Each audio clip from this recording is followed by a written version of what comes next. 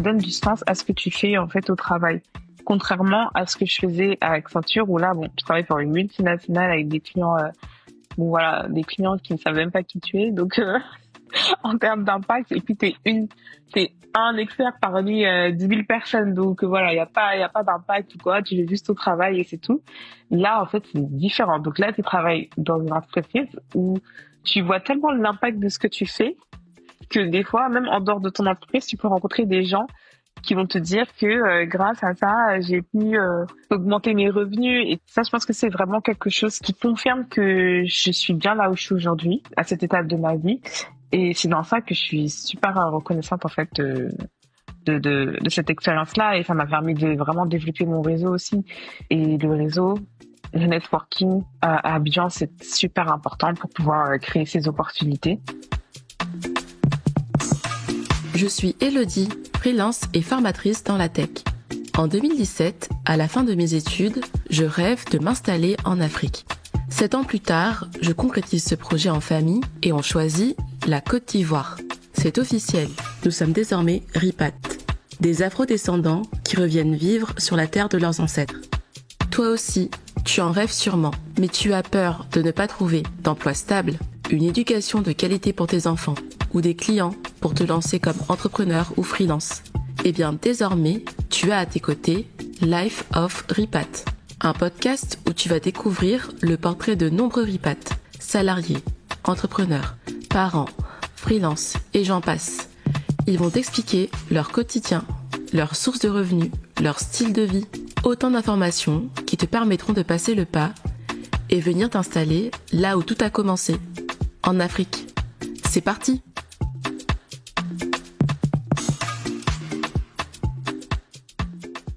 Bonjour à toutes et à tous. On se retrouve aujourd'hui pour un nouvel épisode. Aujourd'hui, c'est le retour en Afrique d'Andrea qu'on va découvrir ensemble. J'ai tenu à l'interviewer car elle a comme moi un statut professionnel encore peu répandu ici en Afrique francophone. Elle est freelance et elle est aussi à l'initiative d'un super projet qui prend rapidement de l'ampleur à l'échelle panafricaine. Elle va nous en parler en détail, sans oublier qu'elle est good vibes, ce qui n'enlève rien au plaisir que j'ai de la recevoir aujourd'hui. Pourquoi a-t-elle choisi le retour en Afrique ? Et pourquoi Abidjan ? Comment s'est passée son installation ? Et comment mène-t-elle de front ces deux activités ? Elle va tout nous expliquer. Bonjour Andrea, comment vas-tu ? Bonjour Elodie, je vais bien et toi, comment tu vas ? Ça va très bien et on a enfin trouvé le temps d'échanger ensemble et j'en suis très contente. Moi aussi. Pour commencer, on va revenir, comme d'habitude, sur ton enfance et un peu tes études. Dis-nous, s'il te plaît, où es-tu née et où as-tu grandi ? Alors, donc moi, je suis née et j'ai grandi en France. J'ai fait toute ma scolarité jusqu'à ce que je décide de quitter la France et de venir vivre en Côte d'Ivoire. Et j'ai jamais vécu autre part qu'en France. J'ai par contre eu l'occasion de travailler à l'étranger durant mes études, en Afrique du Sud notamment, en Irlande.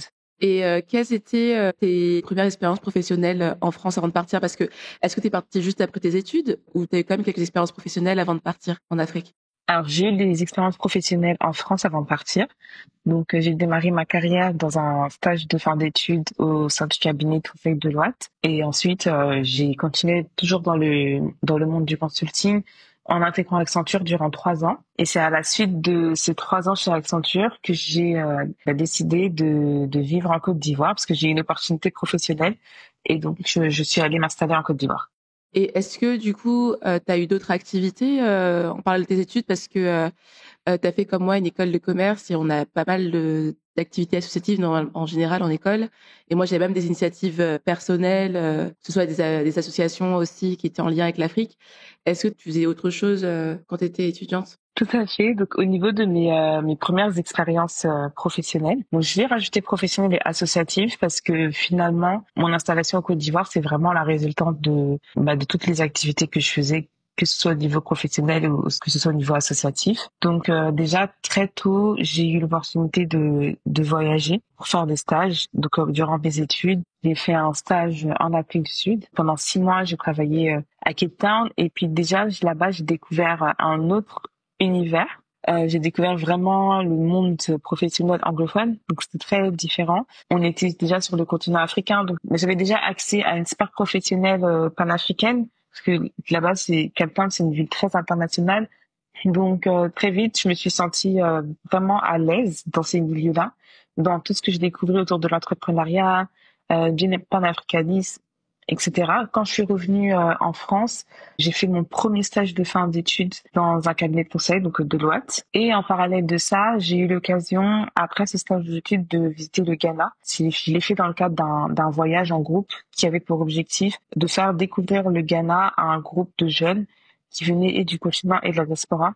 Et lors de ce voyage, on a eu tellement d'échanges entre les deux groupes diaspora continent, et aussi on a pu découvrir tellement d'histoires enrichissantes lors de ce séjour, parce que l'objectif c'était vraiment de découvrir le panafricanisme et voilà, à travers la culture, à travers des masterclass, à travers des visites dans le pays. Puis avec mon ami donc Iden Dida, on a décidé en rentrant de créer une plateforme qui allait mettre en avant la puissance du récit comme nous on a pu la vivre au Ghana, mais accessible partout, parce que ça allait être en ligne.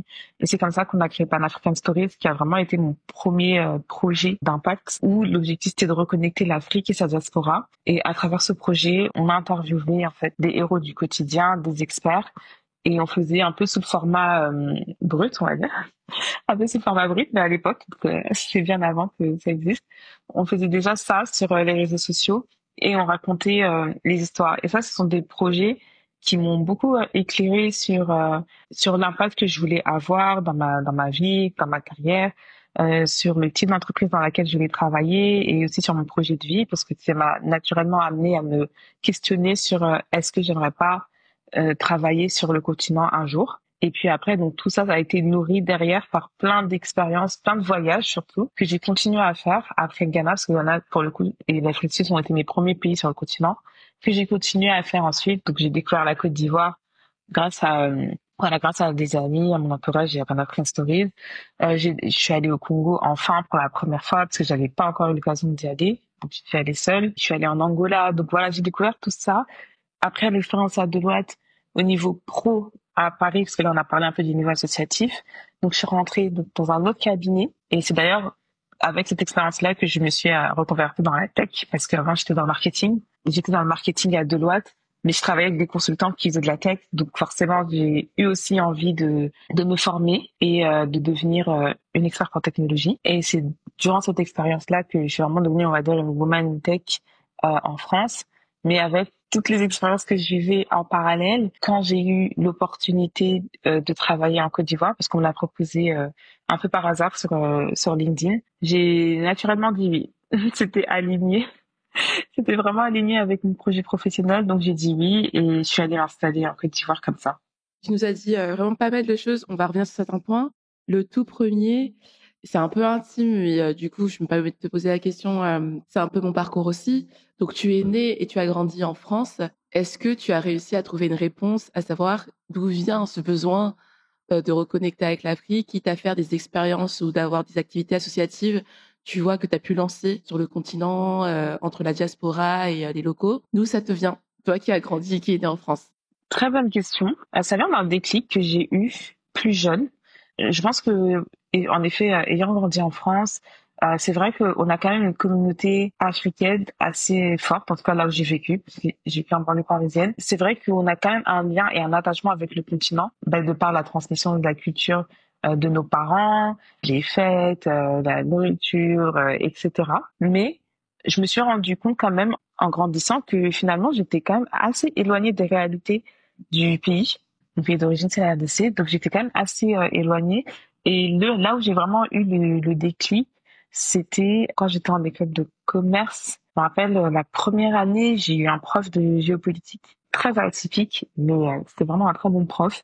Et lors d'un cours où il a appris que j'étais d'origine congolaise, il m'a demandé si j'étais au courant de ce qui se passait à l'est du Congo. Et là, on était en 2000 ou 2012. Et je savais pas. Et donc, c'est lui, en fait, qui m'a expliqué. Et là, j'ai eu un déclic de dire, c'est pas possible qu'il se fasse tout ça en RDC et je ne le sais pas. Et je pense que c'est vraiment depuis ce jour-là que j'ai vraiment commencé à m'intéresser de plus en plus à l'histoire, à la géopolitique, à rejoindre, en fait, dans mes recherches, en fait, tout ce que je voyais qui allait dans le même sens de je sais pas si on peut dire quête identitaire, mais tout ce qui allait dans le sens de cette recherche, on va dire, j'essaie d'y participer. Et puis c'est naturellement comme ça que je me suis de plus en plus intéressée à l'histoire africaine et panafricaine. Et que après, toutes les expériences qui ont suivi ont été la suite logique de ce déclic.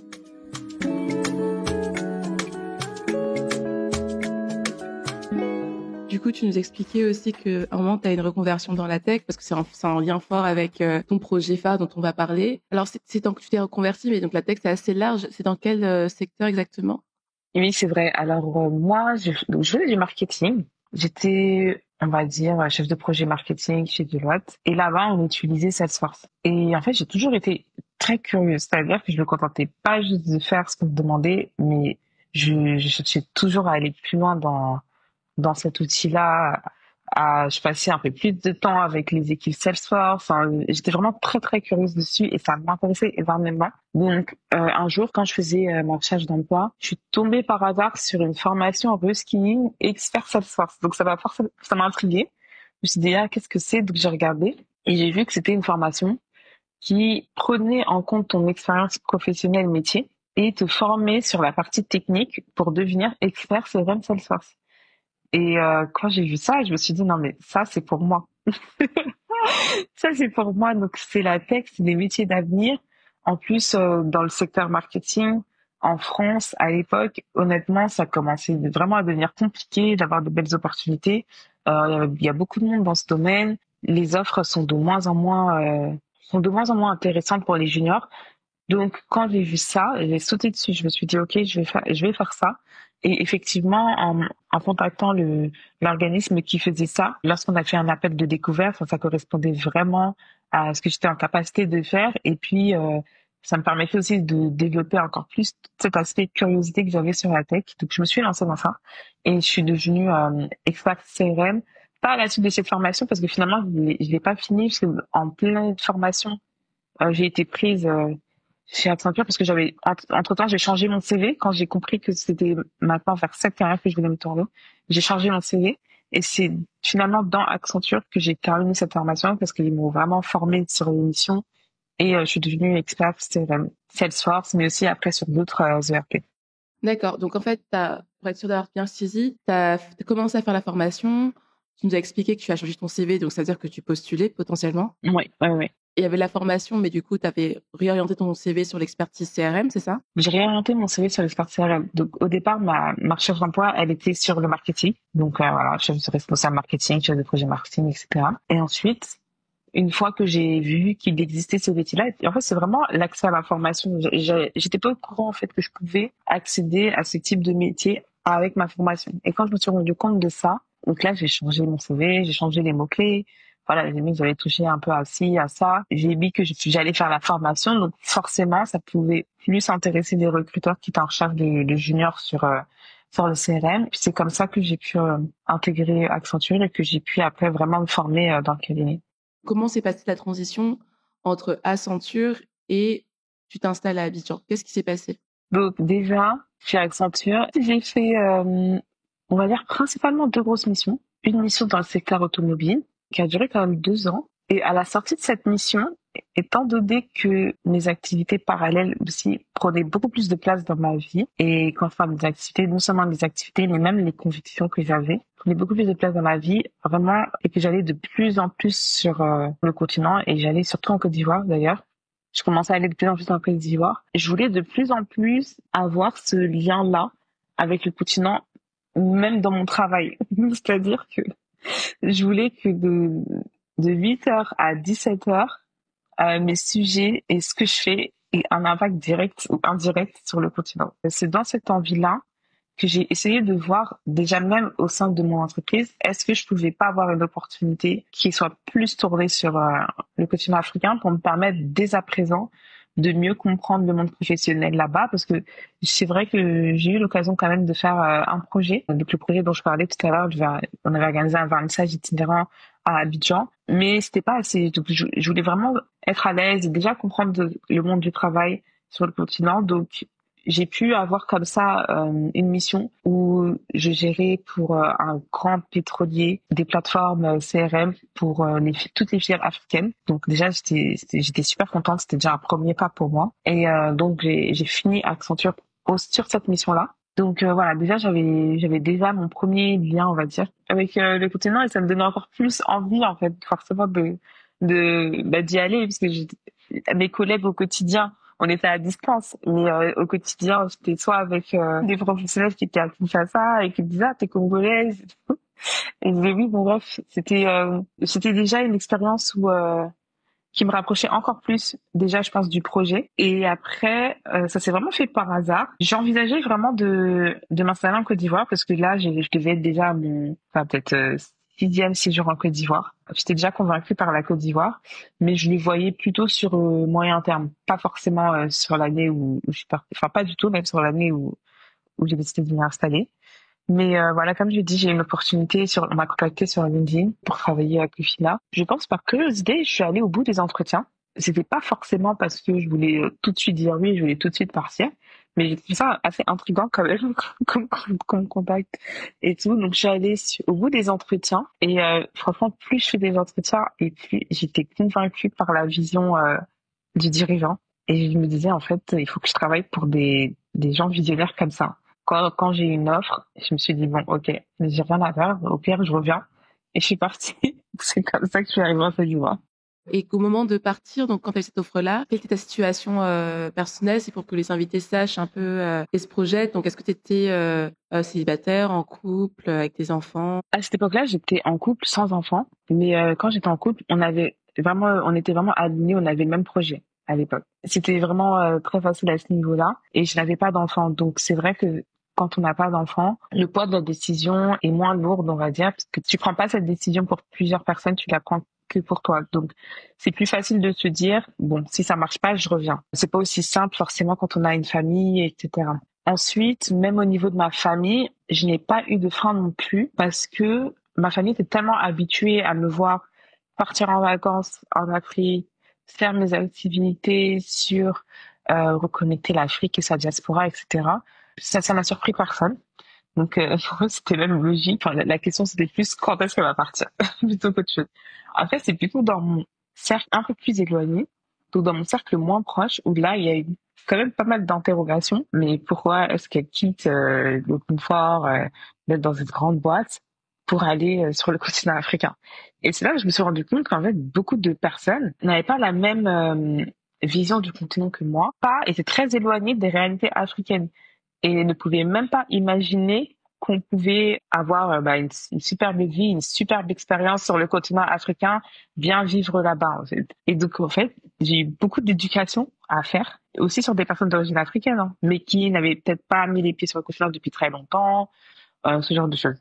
Je comprends très bien, moi aussi. Bon, bah, quand je partage ce que je vis au quotidien avec ma famille. Par exemple, là, j'ai montré la crèche de Poupou, donc ma fille, à son grand-père. Et ma papa, il me dit ah, mais c'est très propre. Ouh là là, c'est que c'est propre et tout. Et je dis, mais papa, je t'attendais à quoi? Donc, je comprends très bien ce que tu veux dire. Oui, non, c'est exactement ça. Mais du coup, c'est bien aussi parce que ça lève le voile. Ça lève le voile. Je me suis sentie aussi un peu investie de cette mission-là de montrer en fait tout le potentiel des villes et des capitales africaines à toutes ces personnes-là, vu que voilà, j'ai une communauté dans la diaspora et que j'allais vivre sur le continent.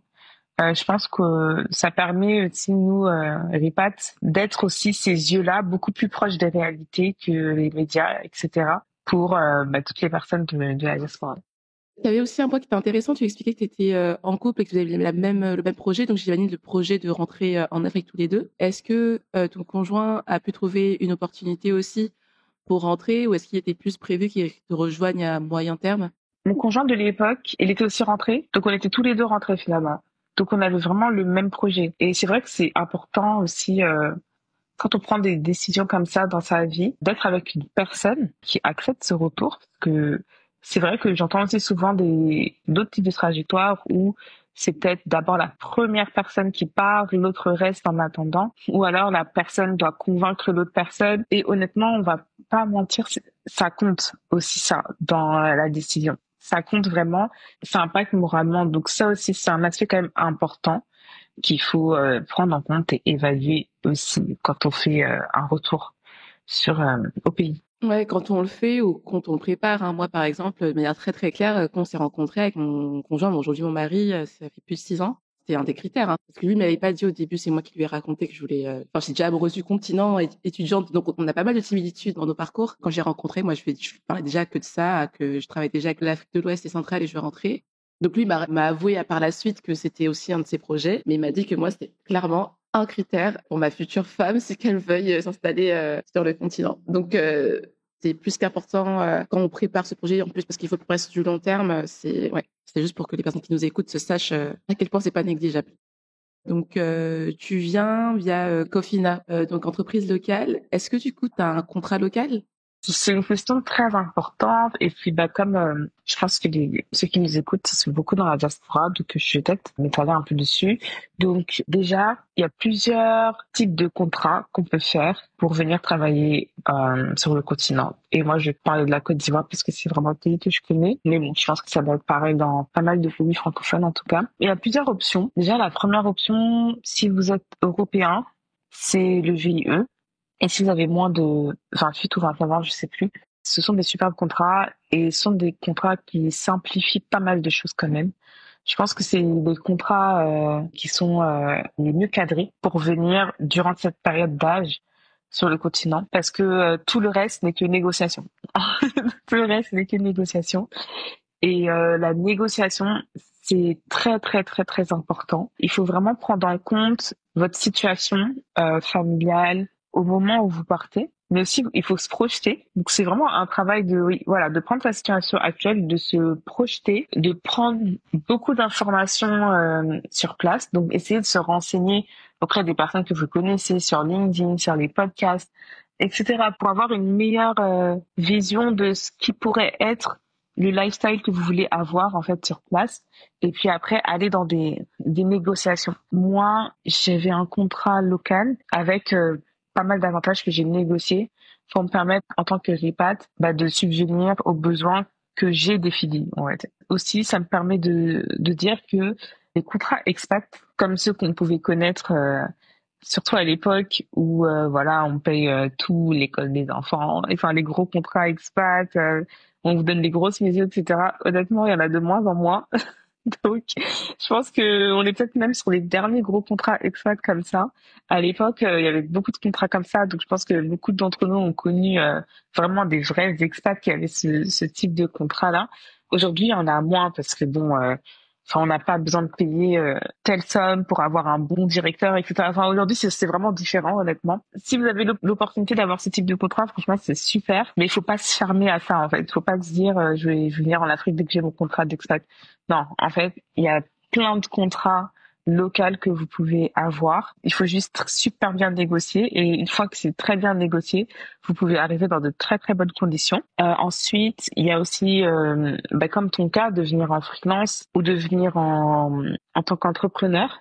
Alors moi personnellement, c'est pas quelque chose que j'aurais pu faire tout de suite. Aujourd'hui, je le fais parce que ça fait 3 ans que je vis en Côte d'Ivoire, donc je me suis permise de me lancer dans cette aventure, mais j'avoue que je l'aurais pas fait tout de suite. Sauf si j'aurais pu avoir déjà des contrats de signer, ou alors sauf si j'avais vraiment pu bien me préparer financièrement, on va dire. Et sinon, qu'est-ce qu'il y a d'autre comme option? Il y a aussi des options d'essayer de repérer des entreprises internationales, on va dire, qui veulent s'implanter sur le continent et de pourquoi pas être représentant, country manager, business developer pour ces entreprises-là et venir avec ce type de contrat d'apporteur d'affaires sur le continent. Et il y a vraiment plein d'options qu'il faut explorer. Après, voilà, il y a aussi tout ce qui est volontariat qui peut être intéressant aussi. Volontariat avec les organisations, ça aussi c'est pas mal non plus. Mais en tout cas, oui, moi ça a été la voie d'un CDI que j'ai eu avec l'entreprise. J'avais pu négocier le logement pour les 6 premiers mois.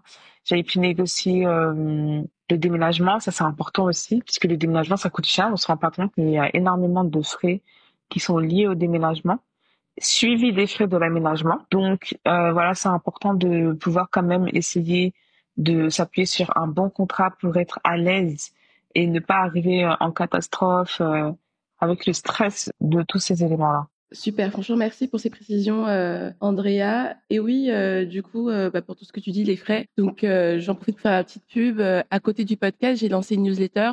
Je précise aussi des informations chiffrées sur la propre réalité de notre installation. Et il y a 2, 3 semaines, j'ai fait justement une édition sur le budget d'installation. Il y a 2 semaines, j'ai fait le budget mensuel qu'on a nous. Donc, vous avez tous les chiffres et ça peut permettre effectivement de se projeter avec plus de précision. Enfin, c'est une situation familiale, mais ça vous donne un ordre de grandeur. Si ça vous intéresse, n'hésitez pas à regarder. Je mettrai le lien dans l'épisode. Life of Repad sur Substack. Voilà, vous aurez ce type d'informations chiffrées.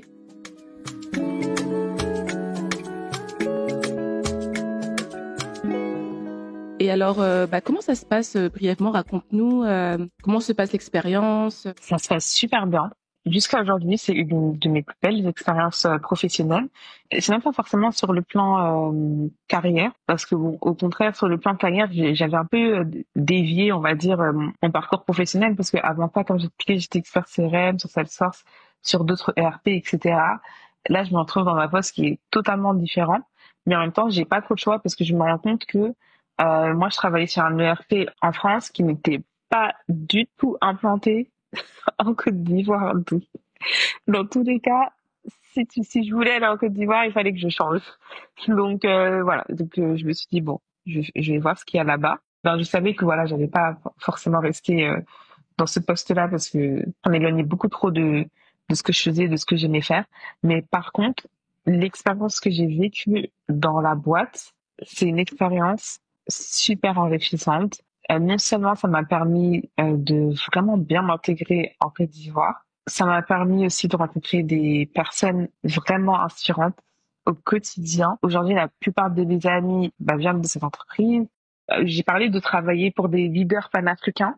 Quand tu travailles pour des leaders panafricains, ça t'inspire et aussi ça donne du sens à ce que tu fais en fait au travail.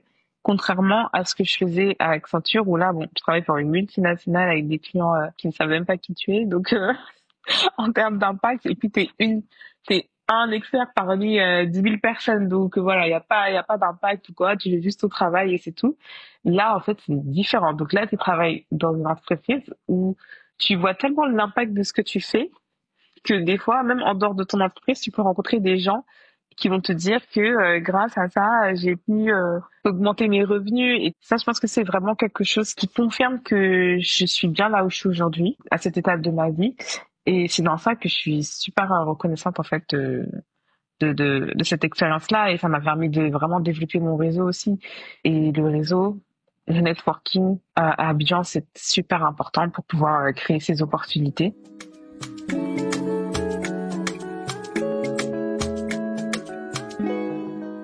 Pour le premier point sur cette expérience, donc tu disais que ça déviait un peu de l'expertise CRM Salesforce. C'était quoi l'intitulé du poste exactement? C'était responsable organisation et change management. Donc tu es resté combien de temps chez Cofina?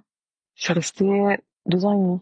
Ok, d'accord. Donc oui, c'est quand même une bonne première expérience. Tu ne te projetais pas sur du long terme, mais quand même, tu as passé 2 ans et demi. Donc c'était que tu apprenais vraiment beaucoup et que tu trouvais vraiment pas mal d'intérêt, en tout cas, à continuer à travailler avec eux pour y rester 2 ans et demi. Oui, bien sûr. Oui.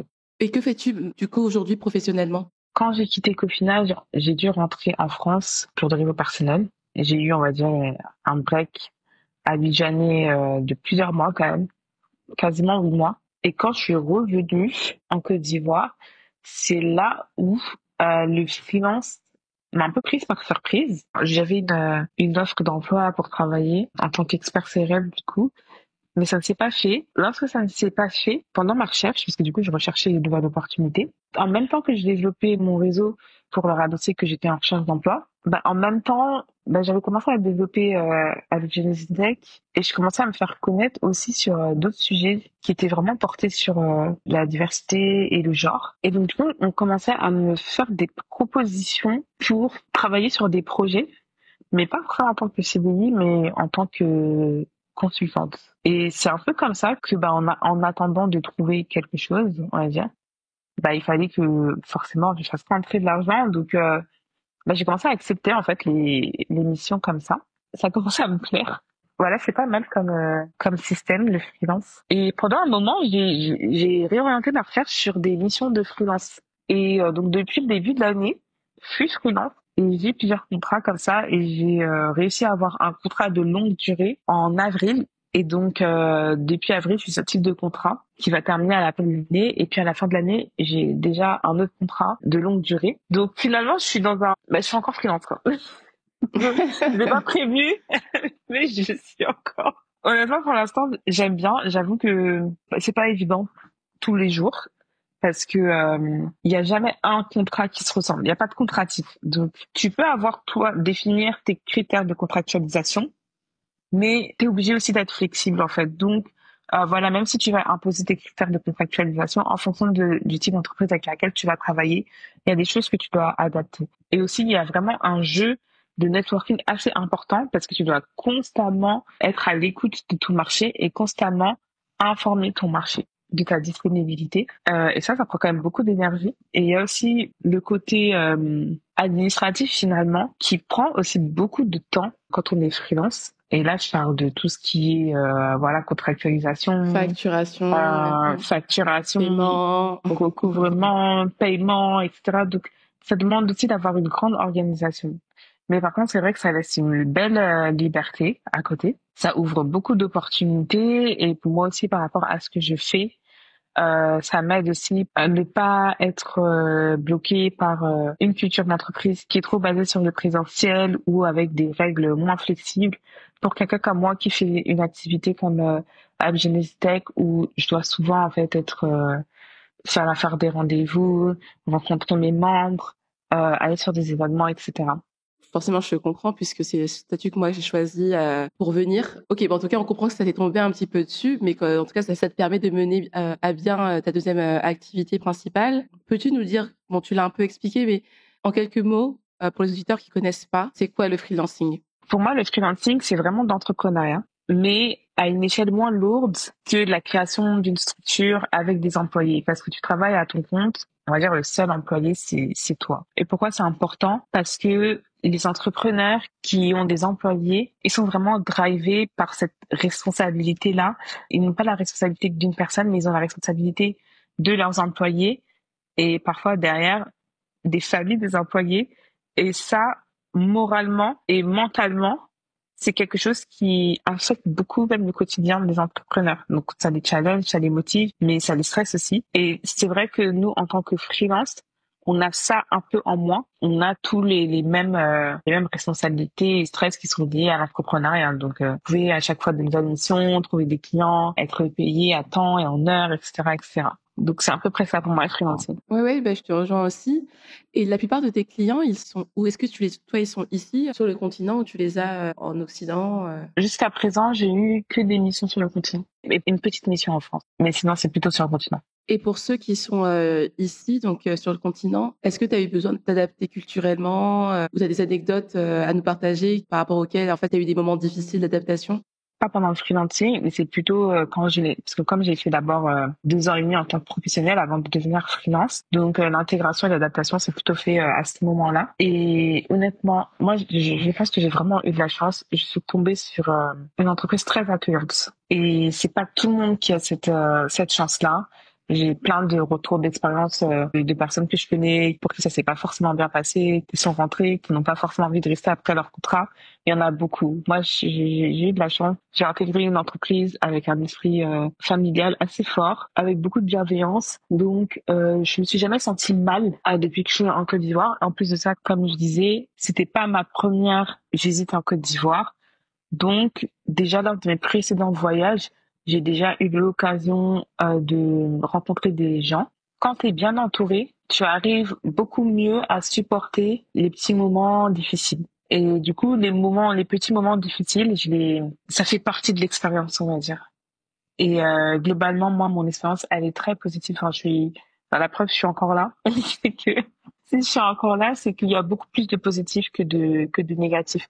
Et après, bon, voilà, les petites difficultés que tu peux avoir. Donc, forcément, tu viens de France, etc. En fait, forcément, tu vas être un peu plus jugé. Mais maintenant, c'est à toi de rester toi-même.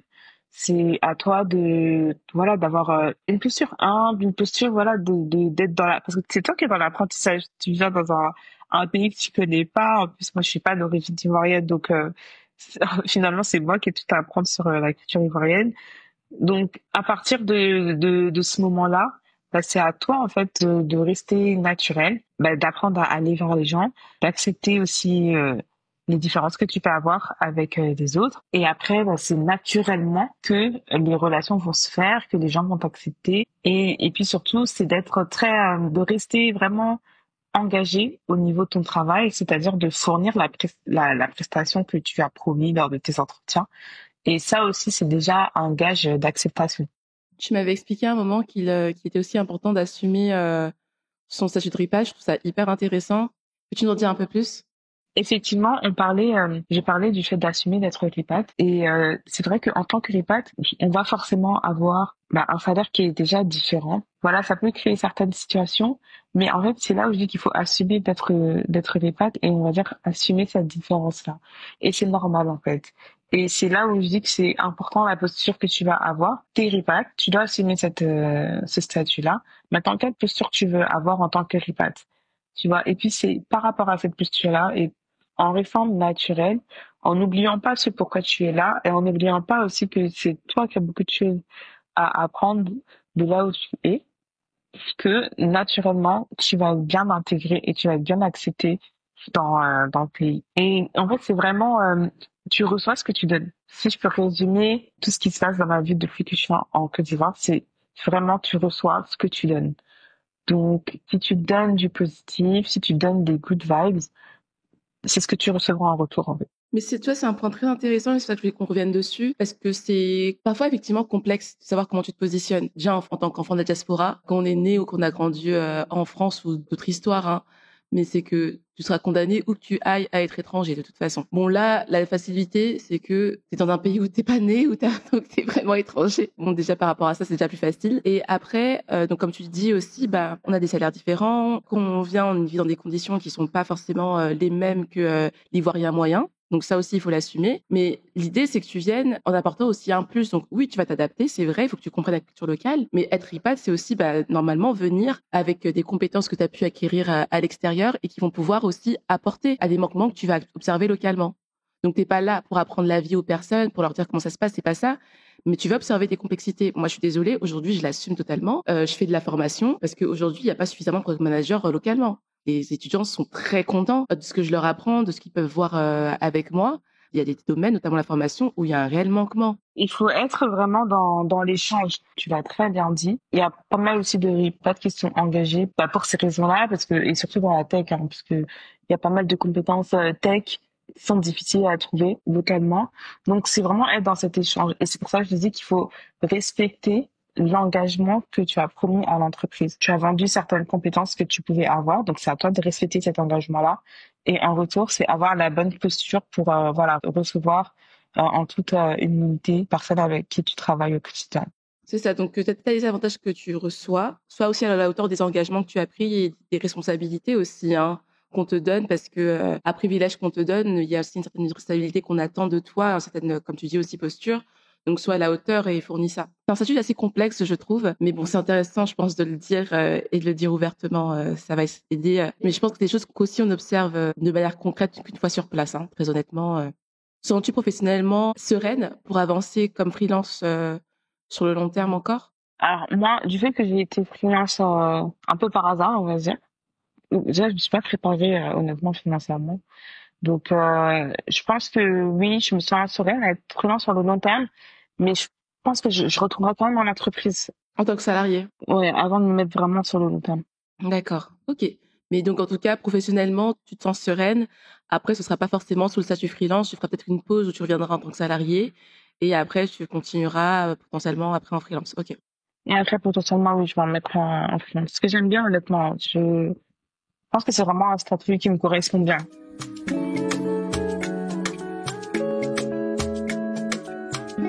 Donc là, on passe sur l'explication d'un de tes projets phares qui connaît une croissance assez impressionnante et très rapide aussi. Donc forcément, j'ai parlé de Abidjanese InTech. S'il te plaît, explique-nous, on va passer du temps sur ça. Comment est né ce projet? Ok, alors Abjanese Tech et maintenant on essaye de pousser un peu plus African Tech. Donc, Algenesis Tech, c'est né tout simplement d'abord de mon histoire parce que, comme j'ai expliqué, moi, j'étais pas dans la tech avant de rentrer au sein du cabinet Accenture. J'étais dans le marketing.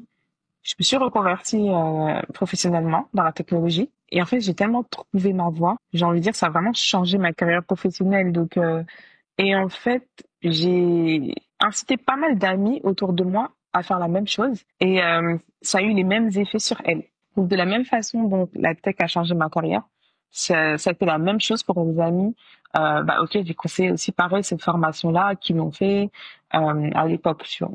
Mais c'est déjà de cette façon-là que j'ai pu voir comment les métiers de la tech avaient énormément de potentiel et pouvaient vraiment répondre à pas mal de problématiques qu'on avait nous à l'époque. Et donc quand je suis arrivée en Côte d'Ivoire et comme je l'ai expliqué, j'ai dû changer en fait de spécialisation parce que ma spécialisation n'existait pas en Côte d'Ivoire. Du fait d'avoir été dans un nouvel écosystème, j'étais très curieuse. Je me posais des questions sur, bon, qu'est-ce que je vais faire après cette expérience-là, vu que il n'y a pas cette force, etc. Donc, je me posais toutes ces questions-là de qu'est-ce que je vais faire? Comment est-ce que je réoriente ma carrière maintenant que je suis dans un autre écosystème où les problématiques sont différentes? Et donc, forcément, ça t'emmène à faire beaucoup de recherches. Donc, et des recherches sur le net, et des recherches au niveau des discussions, et des recherches sur les événements, etc. Et en plus de ça, j'étais sur un projet même qui demandait à être très actif parce que sur ce projet, on avait besoin de beaucoup de compétences et à tous les niveaux. On ne peut pas avoir toutes les compétences disponibles dans l'entreprise, il faut les chercher un peu partout. Donc, il faut les chercher auprès de prestataires, auprès de fournisseurs, auprès sur les forums, etc. Donc, très vite, en même pas quelques mois, j'étais déjà un peu partout en train de faire ces recherches et pour mon entreprise et pour moi en même temps j'accumulais tellement d'informations et je trouve ça tellement excitant que je pense aussi le fait d'avoir toujours été un peu multitâche, j'aime transmettre déjà de base, j'ai toujours aimé transmettre. C'est ce qu'on faisait même dans Pan African Stories, etc. Donc j'ai eu l'envie de d'écrire un guide pour permettre à d'autres personnes qui seraient dans la même situation que moi de comprendre rapidement l'écosystème en lisant mon guide en fait. J'ai eu cette envie-là et naturellement j'ai adressé ce guide aux femmes dans la tech. Et en plus de ça, parmi toutes les rencontres que je faisais, en fait, c'était flagrant pour moi que les femmes n'étaient pas assez valorisées dans l'écosystème. Et pourtant, elles étaient là que je rencontrais, et je rencontrais des profils mais exceptionnels, de pointure, franchement.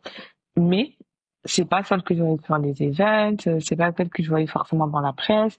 Et moi, quand j'allais dans des events et que voilà, on parlait, je sais pas moi, de cloud, et que je voyais un des experts, mais je me disais, mais en fait, celle que j'ai rencontrée la dernière fois, elle pourrait tellement me dire tout ce qu'elle m'a dit, mais à toutes ces personnes, et ça va les édifier.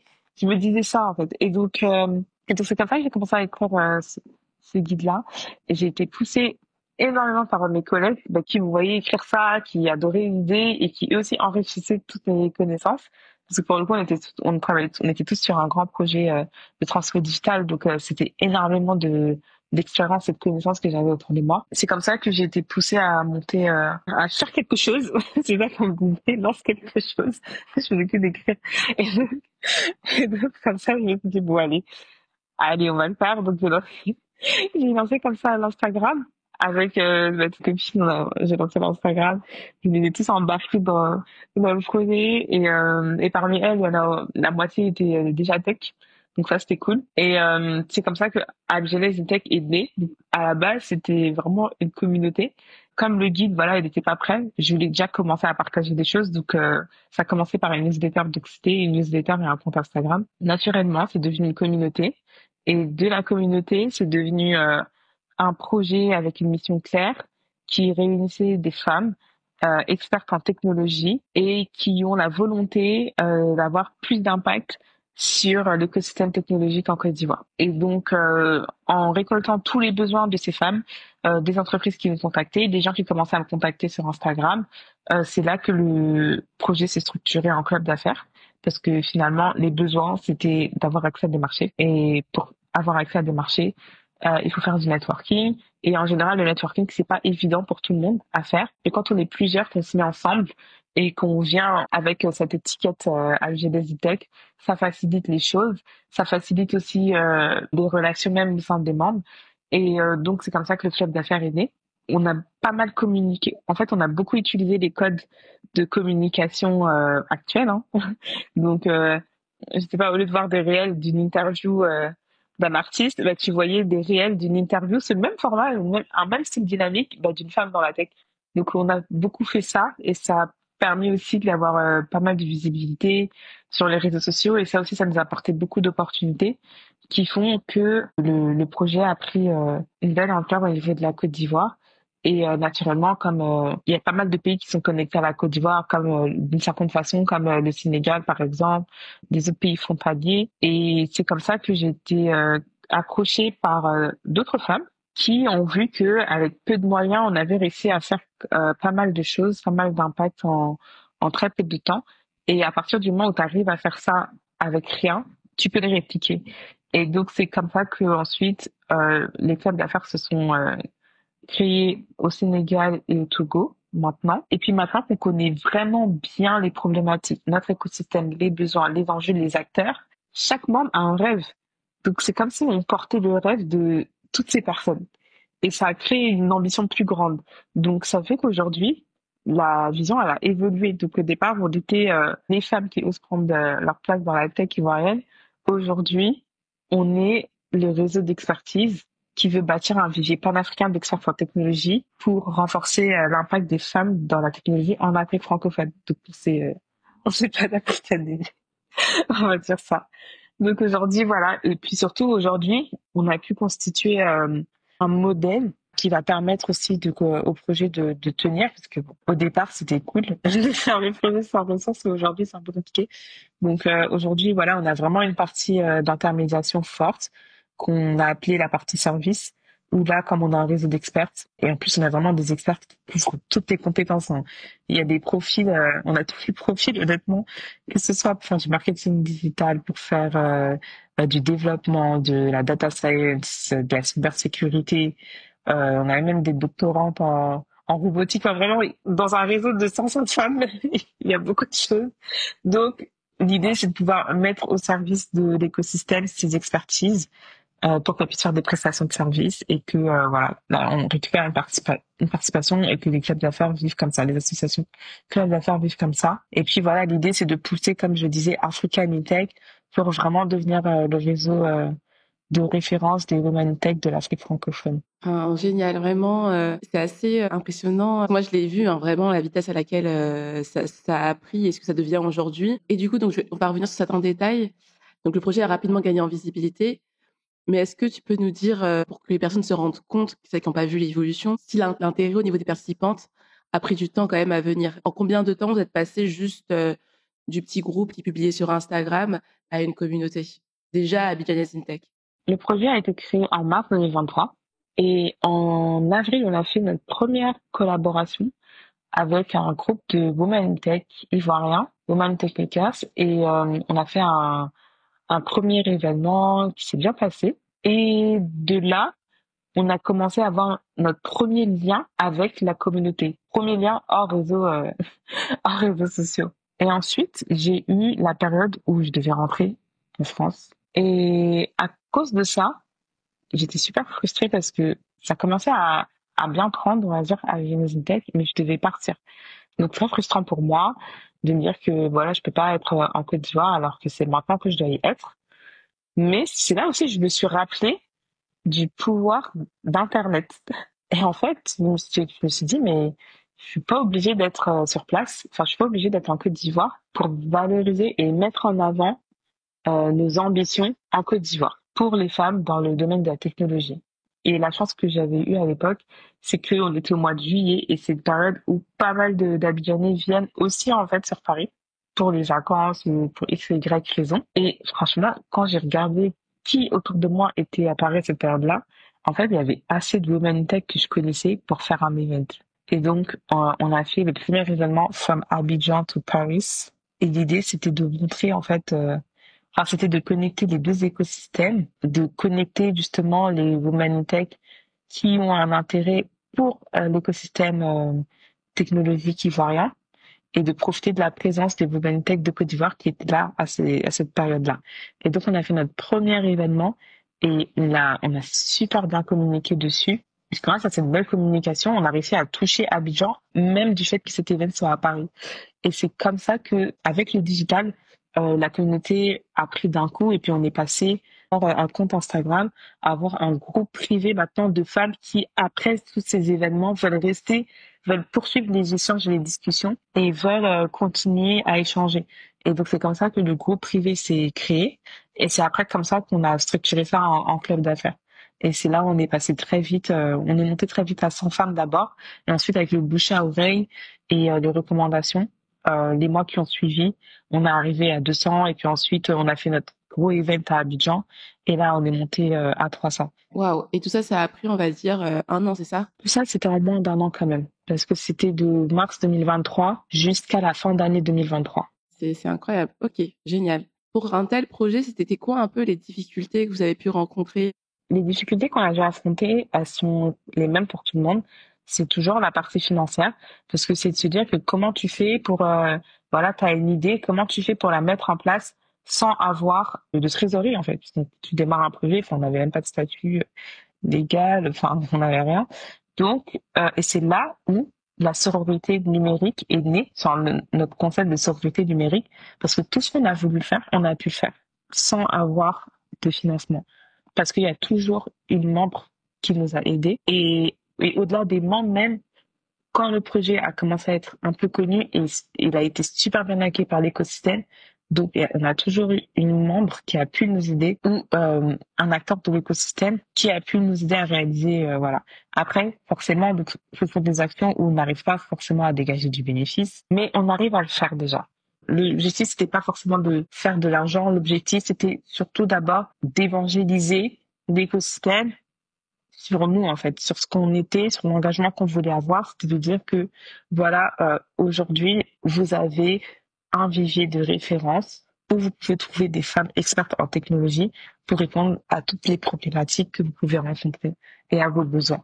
Donc, c'était plutôt ça nos objectifs de la première année. Et c'est aujourd'hui vraiment que là, maintenant, on se dit, OK, maintenant, comment est-ce qu'on fait pour générer du revenu pour Abiones Tech et surtout générer du revenu pour nos membres. Donc, parce que nos membres, elles sont là, elles ont des boîtes, elles ont des entreprises, elles ont des carrières, elles veulent aller plus loin dans leur carrière. Donc, maintenant, c'est aujourd'hui qu'on se pose vraiment la question de comment est-ce qu'on fait maintenant pour aller trouver ces revenus-là pour elles. Et c'est là où la partie service dont je parlais tout à l'heure fait tout son sens. Et c'est maintenant sur ça qu'on met notre énergie. Mon côté PM, Product Manager, va revenir, mais c'est très intéressant parce que sans le savoir, tu as appliqué effectivement la méthodologie Lean du coup, c'est pas une start-up, mais un peu Lean, à savoir effectivement déjà, on vérifie s'il y a une traction par rapport aux besoins, s'il y a vraiment un besoin pour un tel club, une telle activité.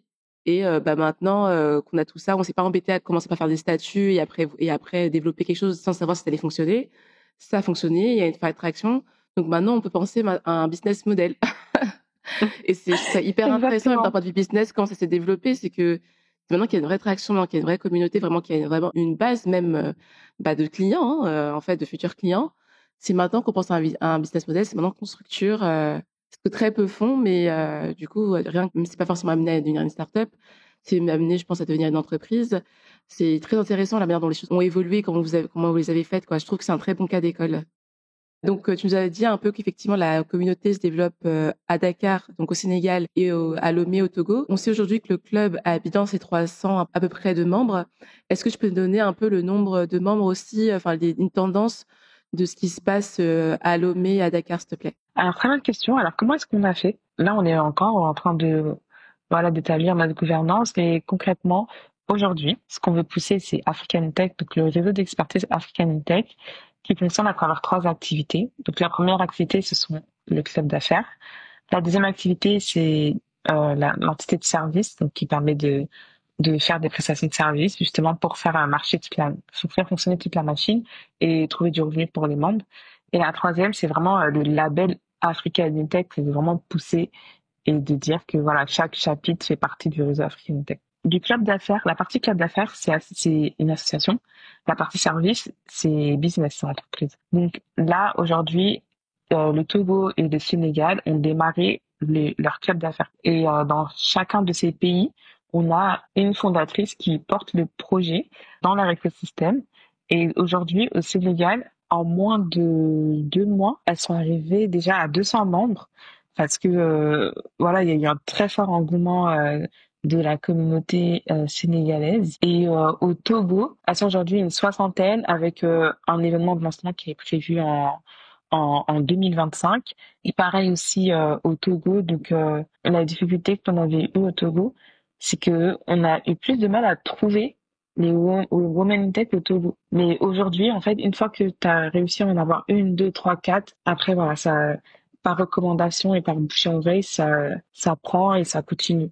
Je me dis, mais en vrai, maintenant qu'il y a cette nouvelle communauté, en fait, oui, tu es l'initiatrice de Abina's Tech, mais tu devrais carrément dire que tu es l'initiatrice de African Tech, ou plutôt mettre initiatrice Abina's Tech, parce que c'est là où tout a commencé, mais plus initiatrice du label African Tech, parce que maintenant qu'il y a les autres clubs, on peut croire que tu n'as initié ce qui se passe à Abidjan pour des personnes qui n'ont pas suivi toute l'histoire. Moi, je pense que rapidement, il faudra que tu mettes en C'est avant ça, en fait. le site ajoute Exactement. African Tech. C'est exactement ça.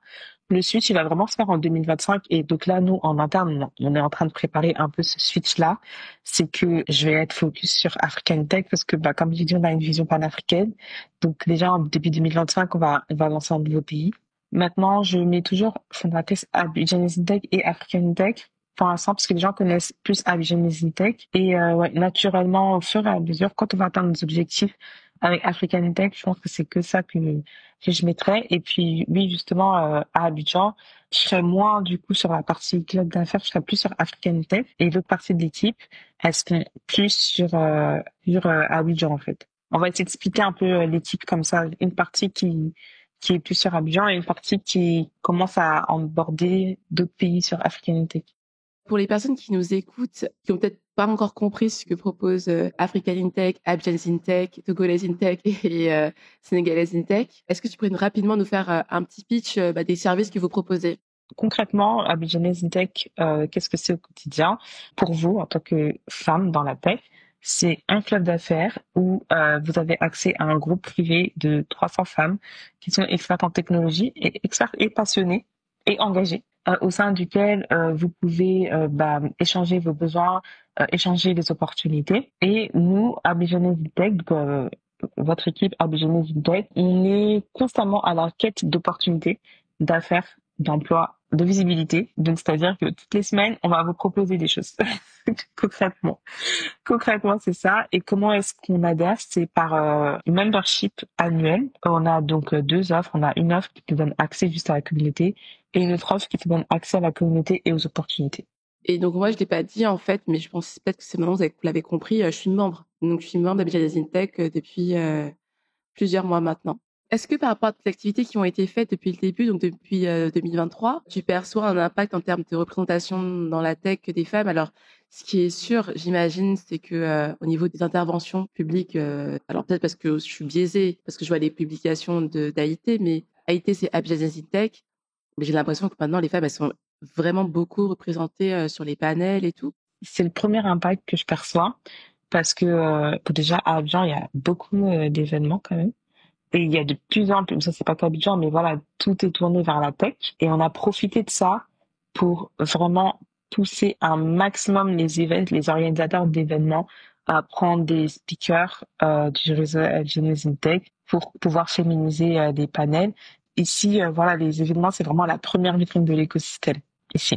Donc, en 2023 et 2024, on a féminisé les panels. Donc ça, c'est le premier impact. Maintenant, l'impact, ça c'est un impact de visibilité.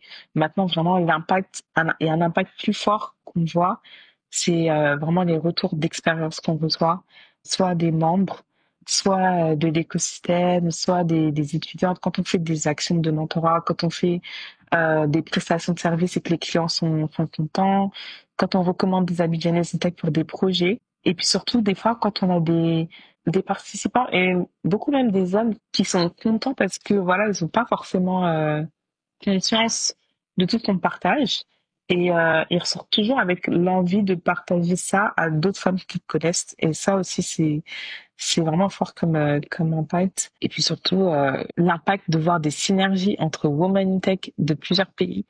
Ça pour l'instant c'est ce qui me fait le plus vibrer. Ça me fait trop vibrer quand j'étais à Dakar et que ouais, je vois des women tech qui nous connaissaient d'Abidjan, qui veulent qu'on reste en contact quand elles vont venir à Abidjan, ou des women tech de Dakar qui font des calls avec celles d'Abidjan.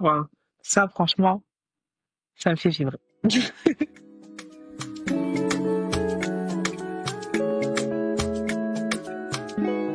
Et donc pour finir, on va faire une petite partie prise de recul, même sur ton installation, ta vie à Abidjan, donc plus personnelle. Aujourd'hui, alors, tu vis seule toujours, c'est ça? Oui, je vis seule.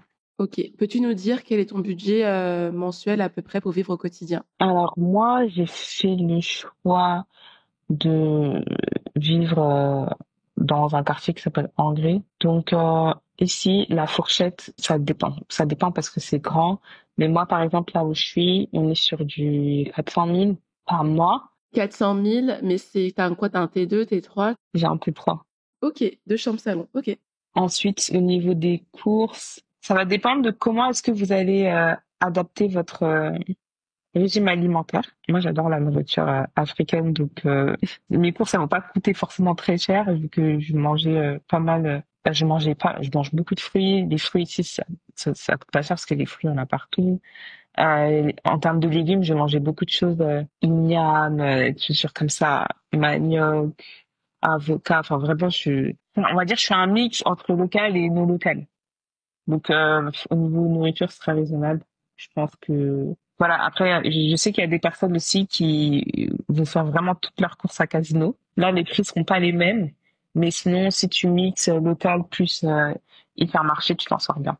Donc du coup, là, t'es autour de combien par semaine? Tu vois, au niveau de l'alimentation, je suis sûre du 15 000, 20 000 par semaine de courses. Bah, ce qui fait, pour ceux qui nous écoutent, à peu près 30 € par semaine, ce qui est plus que raisonnable, ouais. Oui. Bon, après, c'est vrai que je mange pas beaucoup et ça peut jouer aussi.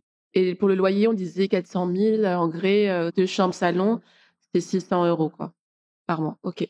Bon, ça doit être un bon de pièces parce que nous, on n'est pas loin, tu vois, on a 500 et on est plus à Riviera Triangle et on a un 3 chambres salon. Donc, je pense que t'habites quand même enfin, il doit être confortable, quoi. Oui, confortable. Ok. Et après, du coup, niveau loisirs. Alors, niveau loisir, honnêtement, c'est compliqué de dire niveau loisir parce que ça dépend vraiment, honnêtement. Tu peux décider de manger dans un resto super chic et payer 50 000 parce que les restaurants, tout ce qui est concept, etc., on est très vite sur des prix de Paris. Ou alors, je peux manger à côté de chez moi et puis je vais même pas dépasser 5 000 francs en fait. Donc ça dépend vraiment du mood du groupe d'amis avec lequel tu es, des occasions. Est-ce qu'il y a un anniversaire ce mois-ci? Est-ce qu'il y a pas d'anniversaire ce mois-ci? Est-ce qu'on veut tester un nouveau truc qu'on a vu sur Instagram? Ou alors on est dans le daily, là, on est dans la janviose. Enfin, tu vois, ça dépend de tellement de choses que honnêtement ton lifestyle tu peux être dans un lifestyle où t'as même pas dépensé 50 000 dans le mois pour ton lifestyle, ou tu peux être dans un mois où t'es allé au triple enfin où t'as triplé ton budget lifestyle. Ça dépend honnêtement. Et est-ce plus ou moins par rapport à ce que j'ai dépensé en Occident? Je trouve que je profite plus ici de mon salaire que en Occident. Tes seules sources de revenus, est-ce qu'elles sont ton activité freelance ou t'as d'autres sources de revenus, peut-être investissement ou... Alors, je m'étais lancée dans l'immobilier en France, mais honnêtement, j'ai pas eu une bonne expérience, donc je suis en train d'arrêter. Donc, pour l'instant, non, j'ai que le freelance. Et du coup, niveau installation administrative, donc niveau logement, tu nous avais expliqué qu'avec au final ton premier contrat en CDI, tu avais négocié le fait qu'ils prennent en charge ton loyer pendant 6 mois. Mais est-ce que du coup, c'est eux qui ont cherché ton logement ou c'est toi qui as dû le chercher? Non, c'est eux qui l'ont trouvé, mon logement pour le premier mois. Et après, là, du coup, ça te laisse le temps de toi-même faire le cherche et de trouver quelque chose à la sortie. Et donc, du coup, tu as changé. Et du coup, j'ai changé. Niveau santé, est-ce que tu as pris une mutuelle locale avant de partir? Oui, moi j'ai une couverture locale, hein, donc j'ai une assurance santé ici. Alors d'abord avec le travail, c'était à 80, il couvrait à 80%, encore dans ces démarches-là, mais j'ai prévu dans ma to-do list là d'en reprendre une, donc je vais me renseigner. Donc là, je pourrais pas trop donner de conseils dessus puisque je l'ai pas encore faite en indépendante. C'est maintenant que je vais m'y mettre. Mais oui, j'ai couverture locale. Et niveau identité, donc j'imagine que tu as pris une carte de résidence, comme j'ai fait la démarche il y a pas longtemps. En fait, comme j'ai eu la coupure où je suis rentrée en France, du coup, j'avoue que j'ai pas pu le faire avant. C'est maintenant que je suis en train de le faire. J'attends qu'elle sorte. Et niveau permis, tu avais un permis de voiture, un permis B? Alors, pour le permis, ce que j'ai fait un permis international. Et en général, c'est ce que je montre ici. Alors, j'avoue que en devenant résidente, Je suis pas sûre que le permis international et français puisse toujours passer. Donc, je pense que je vais devoir faire un permis ivoirien un peu. Ou le changer, en tout cas. Le permis international, tu l'avais fait en France, du coup? Moi, ça m'intéresse. Peut-être que je vais faire la démarche parce que j'ai toujours mon permis français. Oui, je l'ai fait en France. C'est très rapide, hein. Je pense que c'est sur les sites en ligne et en une semaine, tu le reçois.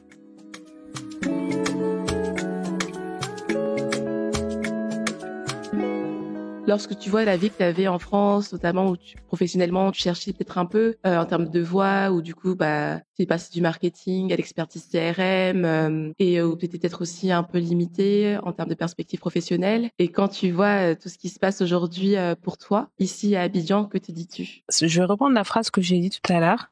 Je me dis que je suis vraiment au bon endroit et au bon moment de ma vie, en fait. Donc là, je suis super contente d'être en Côte d'Ivoire. Je suis super contente de ce que je vis au quotidien. Je suis contente de rencontrer des Abidjanaises tech très inspirantes. Je suis vraiment contente de ce que je vis. J'ai aucun regret et c'est à peu près ça aujourd'hui mon état d'esprit. Donc, ce podcast, je l'ai créé pour apporter des réponses, tu vois, des personnes qui projettent elles aussi un départ. Donc, soit une installation ou un retour sur le continent. Tu peux encore avoir, tu vois, pas mal de doutes ou être craintive de ça. As-tu un mot de la fin à leur partager? Comme je disais tout à l'heure, c'est vrai que c'est une grande décision, mais aujourd'hui, franchement, tout est fait pour que vous puissiez au moins tester. C'est juste ça que je veux dire. Et en fait, il y a beaucoup de personnes qui ont des freins, mais qui conservent leurs freins. Alors qu'en fait, peut-être juste un petit voyage de une semaine, ça peut déjà vous donner un aperçu un peu plus réel que les idées que vous pouvez avoir en tête en restant en France ou dans un autre pays. Donc, faut vraiment pas hésiter à tester, à se tester lors d'un voyage, à écouter des podcasts comme celui-ci, ou même à nous approcher, ceux qui ont déjà fait le pas. Peut-être que parfois, voilà, c'est juste des petites questions et on peut y répondre parce qu'on est aussi passé par là. La vie, elle est faite de plein de cycles, donc aujourd'hui, je suis là. J'ai quand même beaucoup galéré aussi, hein. On a parlé des difficultés, etc. Mais voilà, j'ai tenu, je suis restée. Et y a rien qui dit que si vraiment un jour ça va pas, je peux rentrer. Vous n'êtes pas bloqué en fait. Donc au final, l'Afrique c'est juste un billet d'avion. Donc au pire des cas, si ça ne passe pas bien, vous rentrez. Voilà, c'est vraiment ne pas avoir peur de tester. Moi, j'ai accueilli le mois dernier pour la première fois mes tantes et un oncle qui sont venus rentrer. Toutes mes tantes, c'était la première fois sur le continent et franchement elles ont trop aimé et en fait ça leur a changé le prisme qu'elles avaient du continent. Enfin vous vous rendez pas compte, des fois juste un tout petit voyage vous prenez juste un aller-retour et ça peut débloquer beaucoup de choses. Donc voilà, testez. Ouais, c'est clair. Merci pour ces conseils très pragmatiques. Et d'ailleurs, maintenant, attends, c'est quand ton prochain anniversaire en Côte d'Ivoire? Ça fait combien de temps que tu y es? Je serai à 3 ans dans une semaine et demie. Mon babyversaire. Ouais, mais tu sais, c'est pas négligeable. Bon, déjà, 3 ans, c'est pas mal. Et moi, je pense que Afoussa, la première invitée à en parler, elle le fête à chaque fois à son anniversaire de rentrer de retour à Cotonou. Ses parents sont béninois, mais elle est née et a grandi en France comme nous. Et du coup, tu vois, moi, je trouve que c'est un très beau rituel aussi à entretenir, tu vois, de fêter effectivement ton installation par rapport à toutes les difficultés que c'est, de dire, ah mais non, j'ai tenu, on a encore réussi l'année de plus, et ainsi de suite. Je trouve que c'est un beau rituel à instaurer. Moi, je le ferais pour les 1 an. Ouais, non, c'est un très beau rituel. D'ailleurs, on va fêter le babyversaire d'une amie le mois prochain. Ok, d'accord, super. J'imagine, voilà, tu nous as quand même partagé pas mal de choses. Ton parcours est quand même remarquable. Donc, tu auras forcément des questions. Si certaines veulent te poser une question, tu es joignable où, s'il te plaît? Je suis joignable sur LinkedIn. Oui, c'est vrai, tu es assez active sur LinkedIn. En fait, c'est la page MGST qui est très active. Et j'avoue que moi, je suis pas très, Ouais, je suis pas c'est très plus Andrea, c'est plus Andrea, c'est vrai. mais je réponds tout le temps. Des fois, même si je prends du temps, je réponds. Au-delà de LinkedIn, du coup, maintenant, je me suis mis sur mon réseau. Donc, j'ai une page aussi. Sur mon réseau, c'est une plateforme. Vous mettez MONREZO. Et là, vous pouvez me trouver en tant que expert. On va dire. Sur LinkedIn, voilà, un peu tout, contact, messages, etc. Maintenant, sur mon réseau, c'est vraiment des calls d'experts. Un grand merci, Andrea, pour ce moment. On a trouvé le moment. Merci d'avoir trouvé du temps pour échanger avec moi. Je suis sûre que tout ce que tu nous as raconté, ça va inspirer de nombreuses personnes. Merci pour ta transparence. Merci aussi d'avoir aussi accepté de te montrer vulnérable sur certains sujets. Et je pense que dont aussi ont besoin des personnes pour se rendre compte de la sincérité aussi des témoignages et des récits pour que eux-mêmes, ça leur donne la force d'aller de l'avant dans ce projet du retour de l'installation en Afrique. Nous, forcément, on reste en contact. Petite pub pour Abidjan Tech, je trouve que ce réseau est super. Félicitations pour ce que tu as réussi à faire, pour aussi la capacité à embarquer autant de personnes, tu vois, pour te suivre, parce que c'est pas que toi, tu as toute une équipe autour et tu as une capacité à fédérer autour de toi, c'est assez impressionnant. Ça se traduit à travers le succès et la croissance de la communauté. Donc, je te souhaite encore de nombreuses belles choses. J'ai hâte, maintenant que je suis aussi ici, de suivre l'évolution de ce projet-là et ton évolution aussi professionnelle à côté. Et peut-être qu'un jour, les deux fusionneront. Il n'y aura plus que Andrea et African in Tech. En tout cas, je te le souhaite. Merci beaucoup, Elodie. C'était super. C'est tout pour aujourd'hui. Comme à chaque fin d'épisode, je te partage la petite to-do. Abonne-toi si ce n'est pas déjà fait. Laisse-nous un avis 5 étoiles sur ta plateforme d'écoute préférée pour le soutien. Partage le podcast autour de toi. Et nous, on se retrouve bientôt pour un nouvel épisode.